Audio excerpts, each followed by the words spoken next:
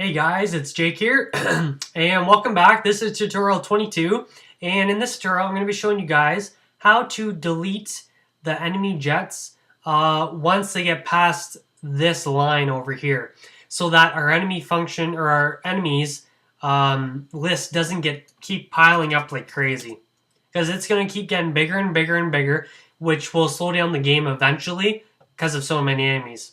What we're going to do is that every enemy that passes this line will get erased from this list, making it, keeping it a shorter size. So that's what we're going to do this tutorial. Now, I'm using Cloud9 IDE. This is my new favorite editor because it's online and I can basically code anywhere I want with internet. Now, if you guys want to see my tutorials on that, go ahead. It's pretty neat. But I'm going to get right into the coding. So here we go. Also, font size is a lot bigger, I think. Well, hopefully this works. So, now what we want to do is about the coloring. This may look different to some of you because it's about it has to do with my Cloud9 color scheme. But anyways, hopefully you guys can follow along. So let's come down to our enemy area. What we need to do is create two new functions. The first one is going to be, well, I'm going to copy this because I'm lazy. Let's get rid of the inside stuff. First one is not going to be draw. It's going to be check escaped. This function will check when an enemy has got past the line. So we need an if statement in here. And inside the if statement, we need to tell when this dot draw x, so the enemy's x position. And if we think about this, oh, by the way, guys, since I'm using Cloud9, I have to basically, I code my HTML5 game for our tutorials online. So you can actually see the most updated version of this game by going to gyrostorm.com, my website, /YouTube/HTML5 Game Dev. So that's how you get here, and this is the most updated version you'll see. Whenever you come to this part, you'll see the most updated version. Anyways, so we want to tell when the enemy's X position is less than or equal to 0. Now, if we think about this, the enemy's X position is actually the top left corner of our sprite. So that means when the enemy's nose hits the 0 line, it's going to delete. Now, we don't want that to happen yet. We want it to happen when the tail of the enemy gets past the line. So, stay on this page. I did not mean to do that. So let's save that for a second. Now, inside this, we want to tell, so not when the draw x exactly, we want the draw x plus the width of, this dot width. So if we remember, the enemy has a draw x and it has a width variable.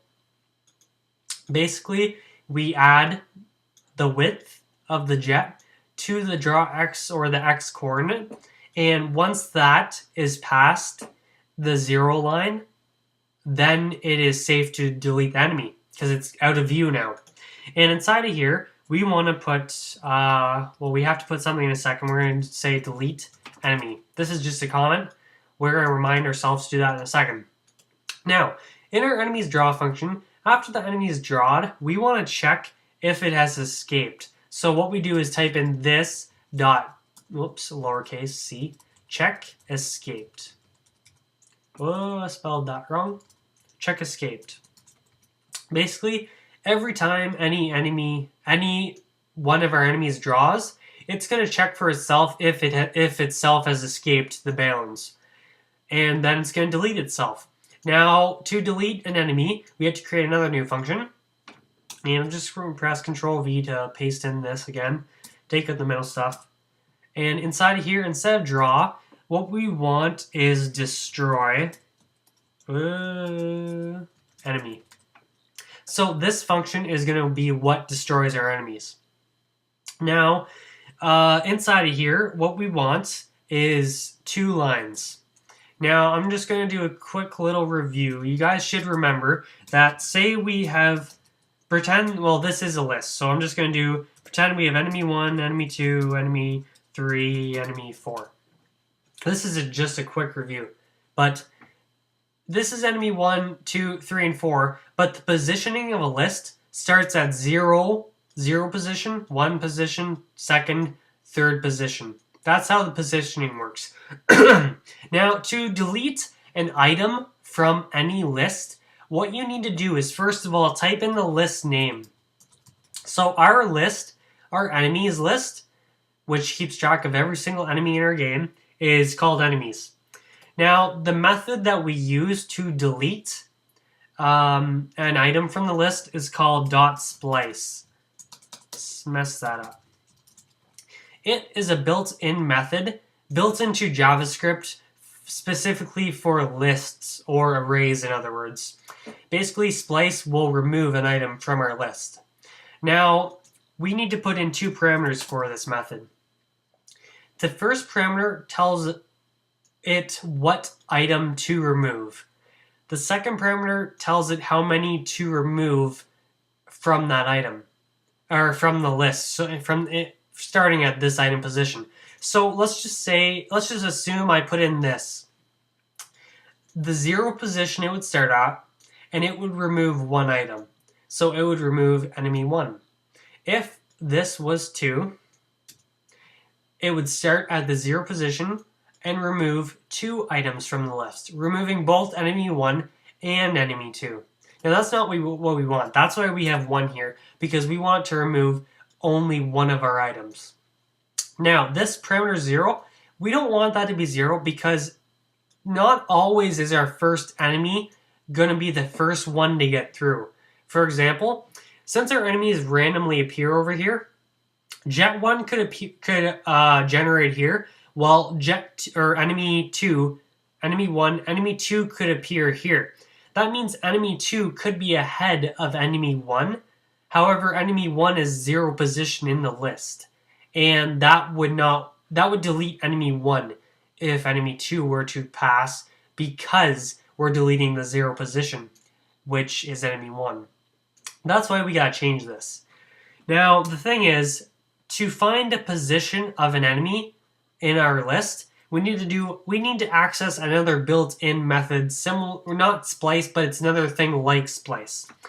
This one is called, well, first of all, we need to type in enemies, because that's our list name. Next, we need to type in index of. This is another built-in method for lists or arrays built in JavaScript, and we have to give this 1 parameter. Now, the index of is the same thing as saying what's the position of this item. Now, we could type in, I believe, just ignore what I said there. But anyways, so this is finding the position of whatever we throw inside of here. So if we throw in enemy 2 or E2, basically that would tell it to remove this item. But since this function goes for every single enemy, it has its own function like this, we can type in the keyword this. And if we backspace that, if we type in this, it automatically knows that we are telling it to remove itself from the array. And that's exactly what we want. Now, basically, just a little review. The enemies list is going to remove an item starting at this position. This position is the current enemy that we're talking about. It's going to remove 1 item, which is itself. And basically, guys, this whole line is how you remove an item from a list. Now, on this line, what we need to type in, if you guys remember, we have a variable in our game called, where is it? Total enemies, right here. We have to tell our game to decrease our enemies once we delete it. So what all we have to do actually is type in total enemies minus semicolon. Just like how we spawn an enemy, I'm going to find it quickly. Spawn enemy inside of here. We tell enemies to ++, which adds 1 to the current total. Minus takes away 1 from the current total, which decreases our total enemies. And this function is how we destroy an enemy. So we can, I'll just leave that open. Now what we do, once an enemy has escaped, we're going to type in this dot destroy, enemy. Just like that. Spelled right. There we go. Just like that. Now if I save, hopefully it saves. This little spinner tells us when it's saving. Come on, save. Sometimes Cloud9 is a little finicky in that it loses contact with my FTP for the website. So what I'm going to do is just press Command A to select all, Command C to copy it. I'm going to get out of full screen. I'm going to just get out of this full screen now. Exit this, refresh the page, and open it up again. Whoops, not what I wanted. Let's see. Oh, and see it didn't save. So I'm just going to press Command A, delete, Command V to get our new stuff in. And here's our three functions: enemy, destroy enemy, just check escaped, and draw. All right, and fold that open. Okay, so let's test this out. I'm going to save it first. There, done saving. Now I'm going to refresh this. And if I type in enemies, so far we have none spawned. Let's just wait till one spawns. So there is one is spawned.